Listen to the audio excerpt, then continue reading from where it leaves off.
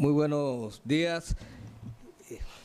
Es obligante, desde luego, agradecer a las entidades convocantes de esta jornada que me hayan distinguido con la exposición de un tema que hace algunos años mi amigo Mario Pasco Cosmópolis me sugirió para un evento de la Academia Iberoamericana de Derecho del Trabajo y de la Seguridad Social.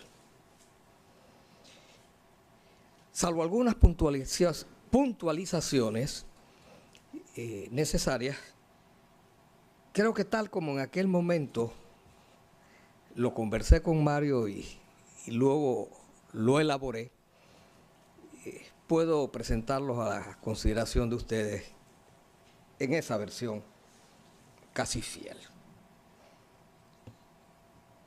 Y quisiera decir algo más en la introducción. Si entre las tantas cosas que yo he admirado y admiro de la Escuela Uruguaya de Derecho del Trabajo, es la persistencia, la dedicación y el afán con que hasta el último de sus días, Pla Rodríguez, Bargelata y Hermida pusieron todo su empeño y su sapienza en la defensa del derecho del trabajo. Y los principios del derecho del trabajo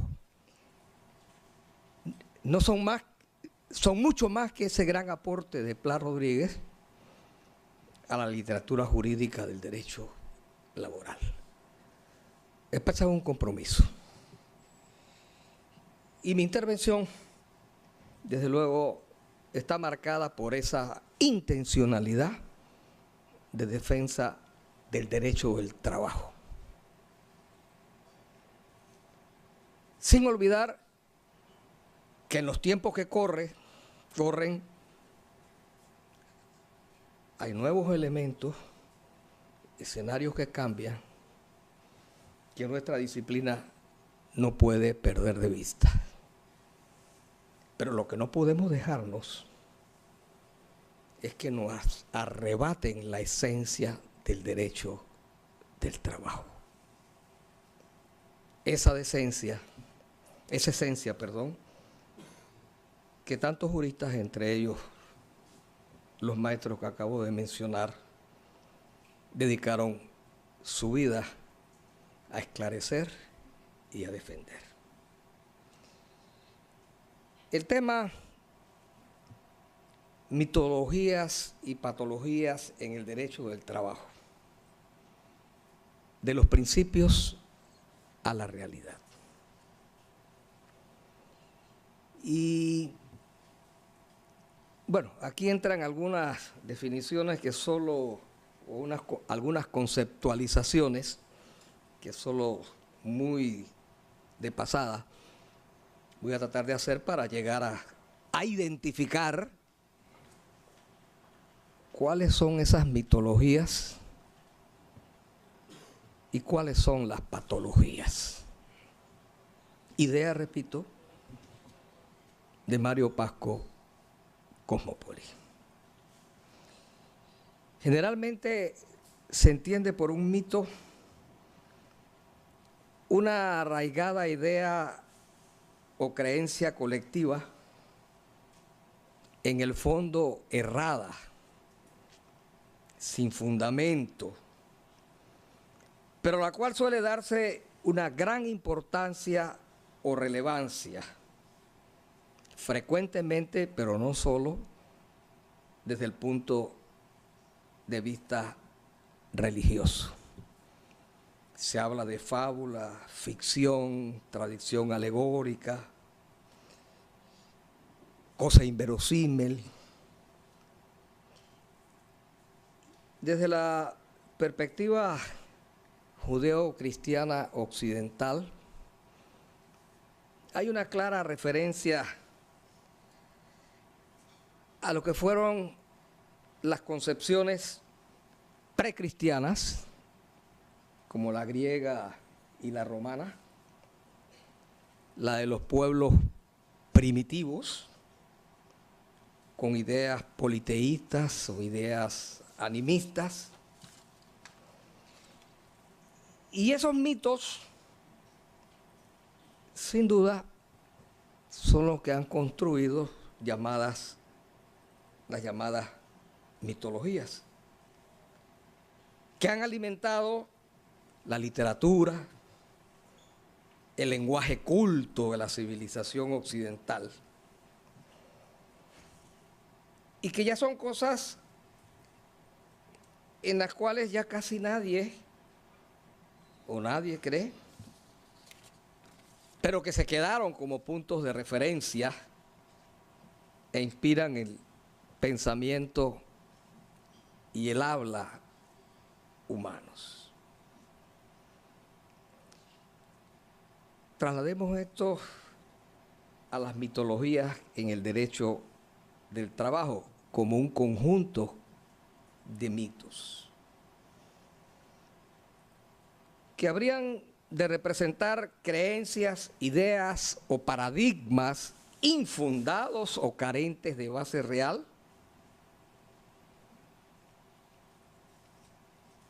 en torno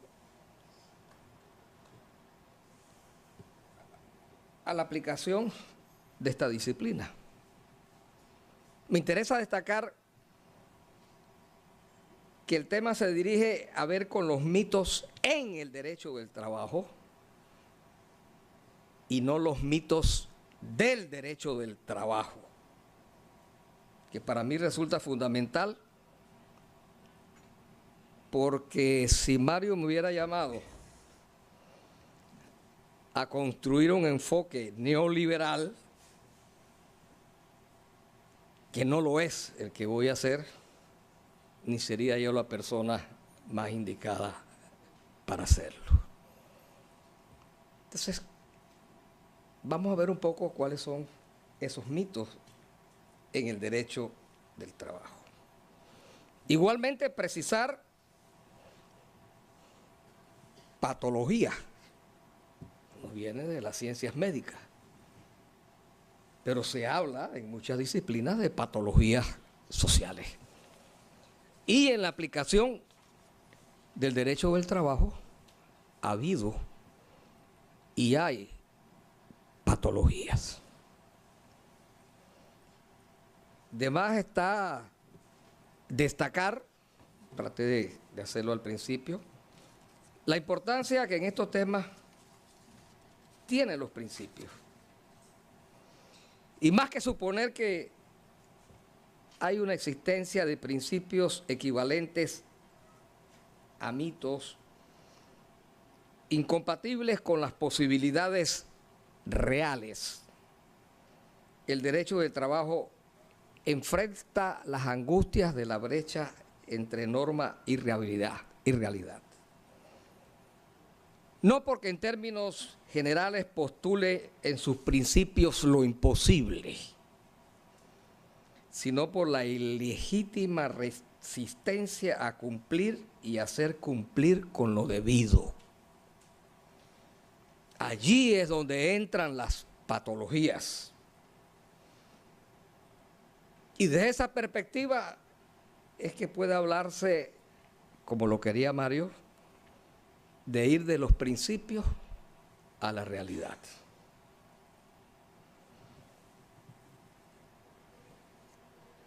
La salvaguarda de esos principios nos garantizará la función que cabe en la sociedad a un derecho del trabajo que después de las varias arremetidas neoliberales se yergue. Podría decirse que ha estado lamiendo sus heridas, pero demuestra una vez más su necesidad su pertinencia. El aterrador reinado del mercado no hizo iguales a los hombres, ni les garantizó en sentido material su libertad.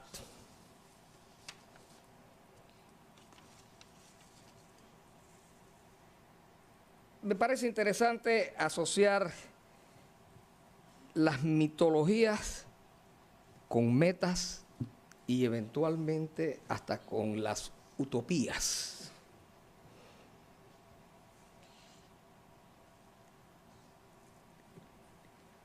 Los mitos propiamente tales deben ser separados de las metas, aspiraciones y deseos colectivos. En la historia de los pueblos hay espacio para la construcción de sueños y esperanzas en un mundo, actitudes o condiciones de vida diferentes a las que se tienen. Es allí donde se abre un espacio a las llamadas utopías, que al expresar deseos colectivos pudieran algunos pensar que son parte de las mitologías sociales, y no es necesariamente cierto.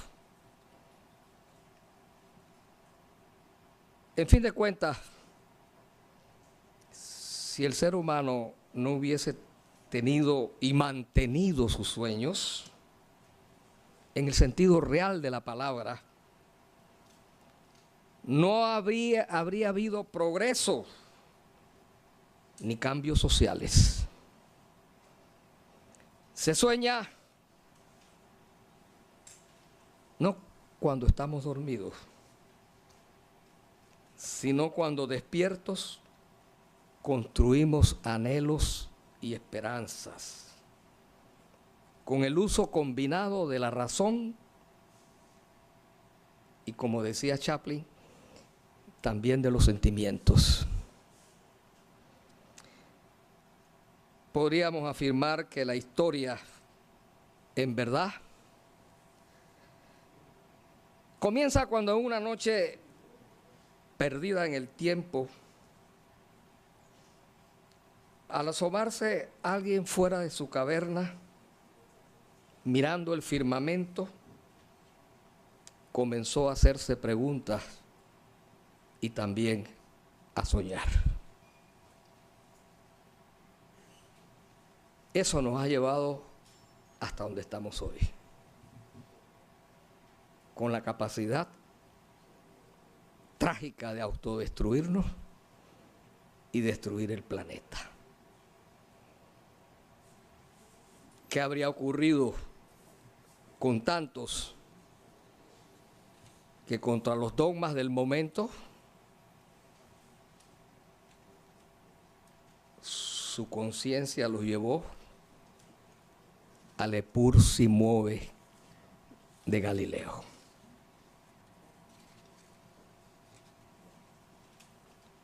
No todo está escrito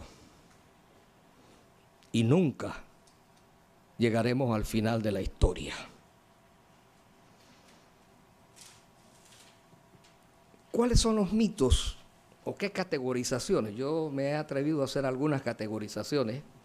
Me decía Mario, con quien conversé largo antes y después de hacer este trabajo, que el problema de hacer una lista es que se nos queda corta, y ciertamente después yo he encontrado otras cosas.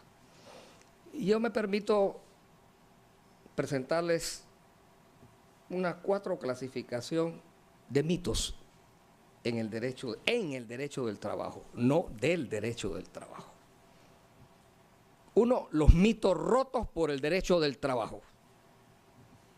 2, los mitos generados en la aplicación del derecho del trabajo, los antiguos y los nuevos. 3, viejos mitos para atacar o descalificar al derecho del trabajo. Y 4, los nuevos mitos, los de hoy, los de ahora, para destruir el derecho del trabajo. ¿Qué mito rompió el derecho del trabajo? Son, por lo demás, conocidos. Su arranque está en la ruptura de dos mitos, y creo que así hay que llamarlos, del derecho privado clásico. La igualdad de los contratantes y la libertad de contratación. Está de más entrar en explicaciones de lo que significan uno y otros. Pero allí, y no hay que olvidarlo, es donde el derecho del trabajo se separa y debe seguir separado del derecho común.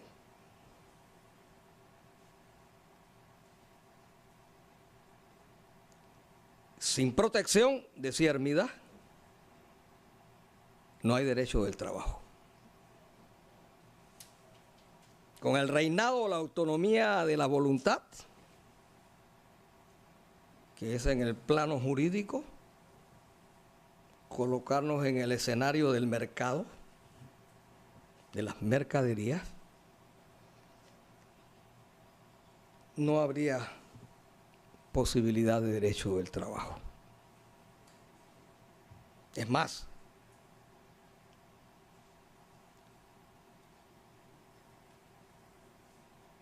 esta igualación del derecho del trabajo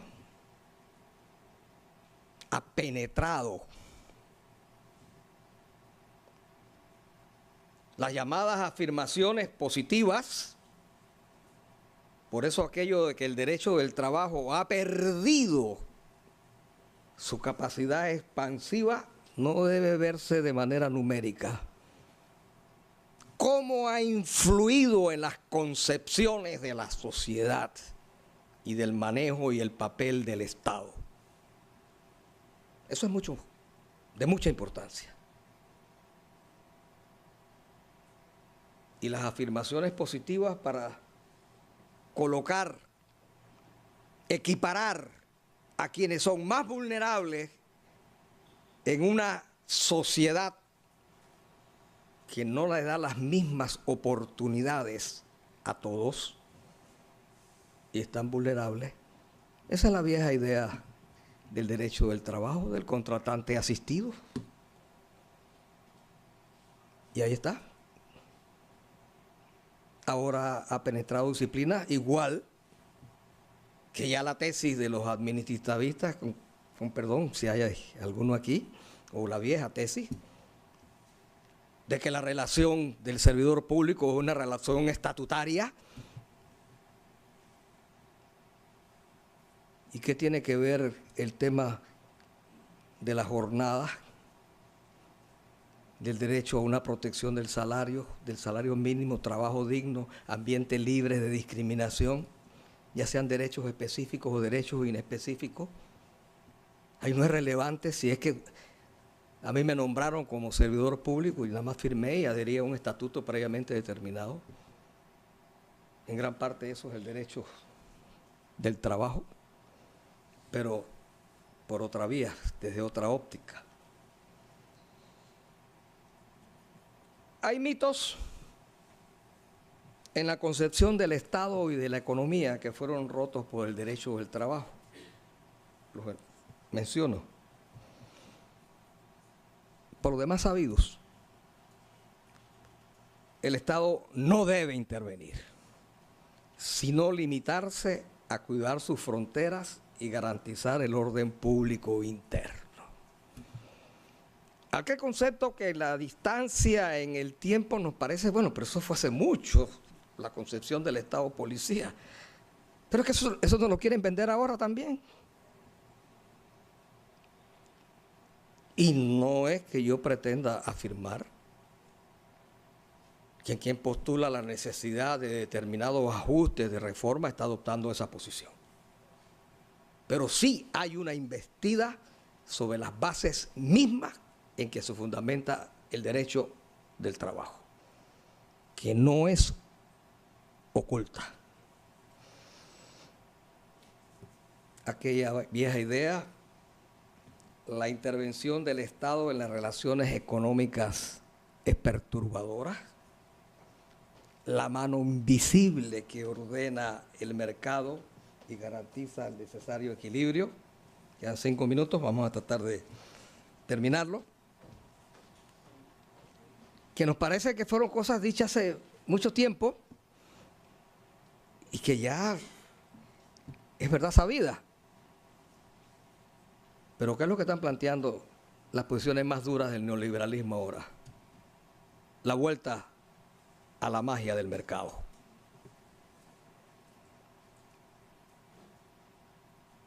Por eso, de alguna manera, el sindicalismo, la negociación colectiva no entra en el esquema neoliberal.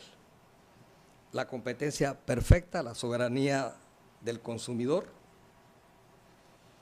Mitologías generadas en la aplicación del derecho del trabajo. Ya me refería a lo del carácter expansivo, incluso creo que ya como que se dejó un poco el tema de que la fuga del derecho del trabajo, que era que el derecho del trabajo se había aferrado a la subordinación jurídica y por eso era incapaz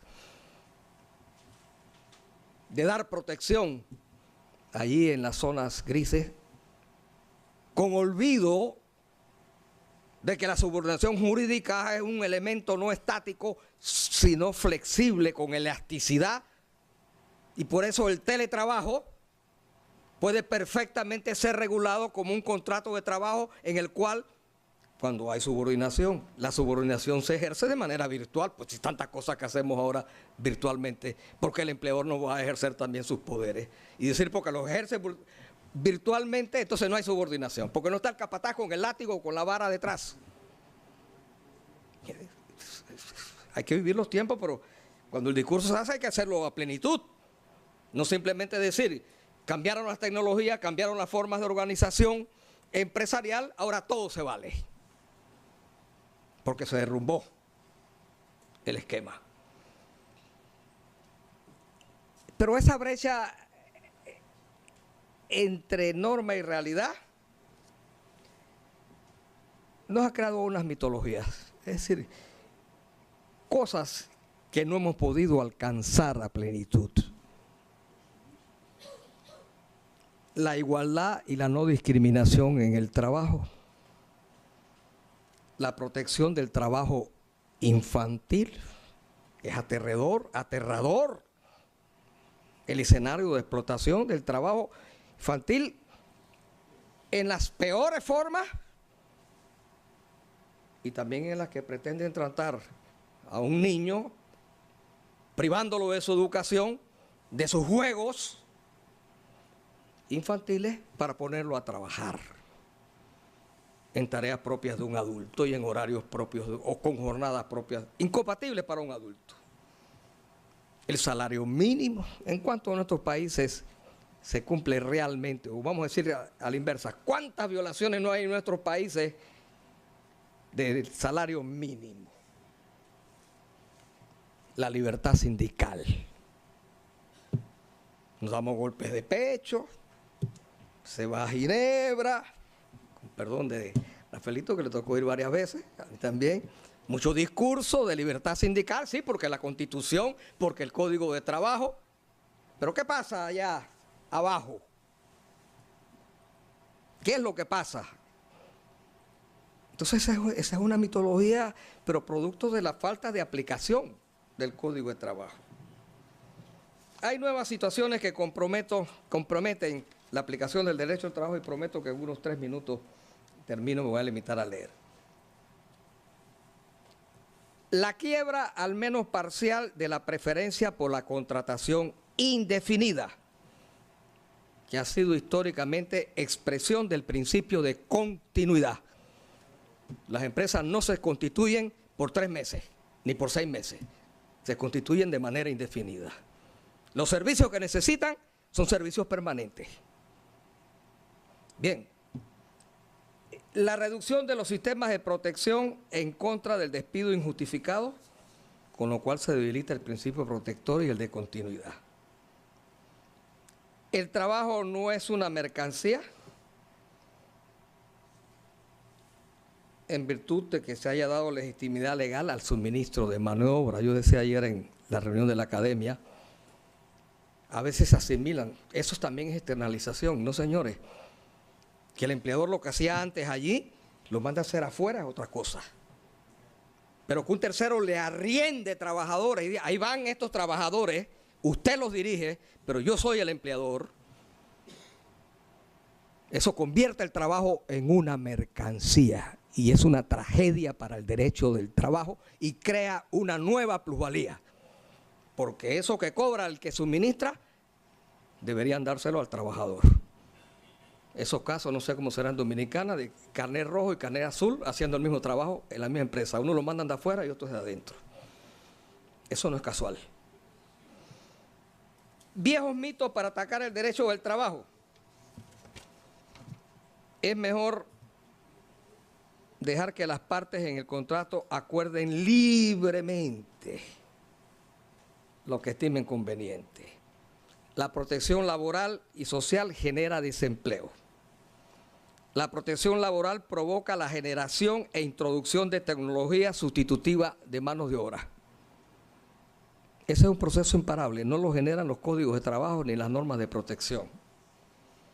El derecho del trabajo no se preocupa por los desempleados.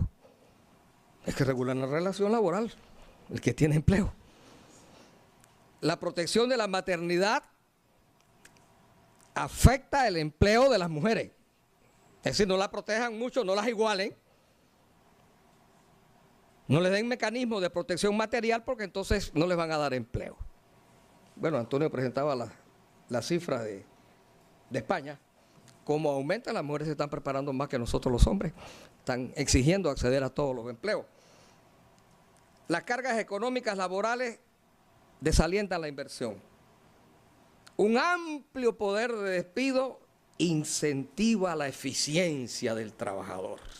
El miedo al despido me hace trabajar mejor. Es una de las grandes mentiras. Ningún empleador despide a un buen trabajador. Depende de lo que se entienda por buen trabajador. Los niveles de productividad dependen fundamentalmente de las actitudes de los trabajadores frente al deber de prestar el servicio. El salario mínimo, eso es una pieza de oro para los neoliberales. Es una forma de subsidiar a los trabajadores ineficientes en perjuicio de los más eficientes. Y bien, como el tiempo se me acaba,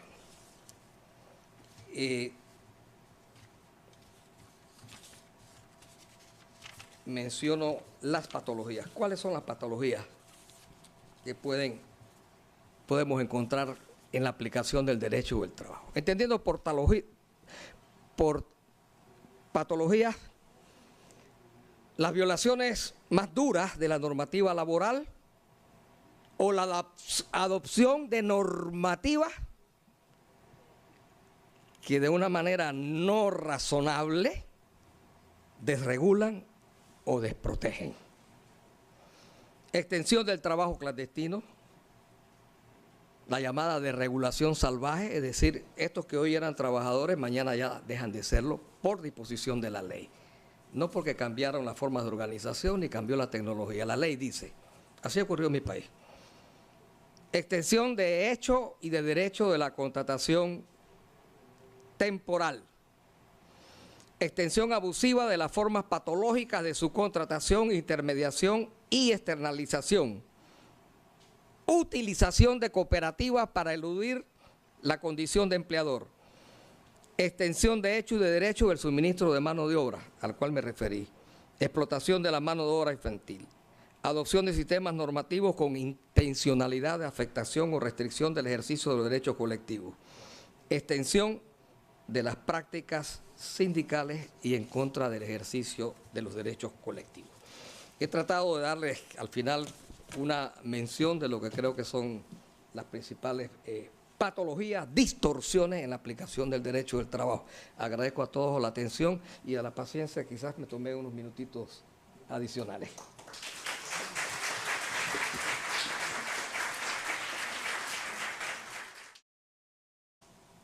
Y los principios del derecho del trabajo no son más son mucho más que ese gran aporte de Pla Rodríguez a la literatura jurídica del derecho laboral. Es un compromiso. Y mi intervención, desde luego, está marcada por esa intencionalidad de defensa del derecho del trabajo. Sin olvidar que en los tiempos que corren, hay nuevos elementos, escenarios que cambian, que nuestra disciplina no puede perder de vista.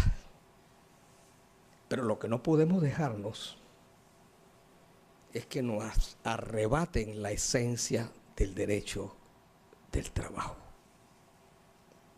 Esa esencia, generalmente se entiende por un mito, una arraigada idea o creencia colectiva, en el fondo errada, sin fundamento, pero la cual suele darse una gran importancia o relevancia, frecuentemente, pero no solo, desde el punto de vista religioso. Se habla de fábula, ficción, tradición alegórica, cosa inverosímil. Desde la perspectiva judeo-cristiana occidental, hay una clara referencia a lo que fueron las concepciones precristianas, como que tantos juristas, entre ellos los maestros que acabo de mencionar, dedicaron su vida a esclarecer y a defender. El tema mitologías y patologías en el derecho del trabajo, de los principios a la realidad. Y bueno, aquí entran algunas definiciones que solo, o algunas conceptualizaciones que solo muy de pasada voy a tratar de hacer para llegar a identificar cuáles son esas mitologías y cuáles son las patologías. Idea, repito, de Mario Pasco Cosmópoli.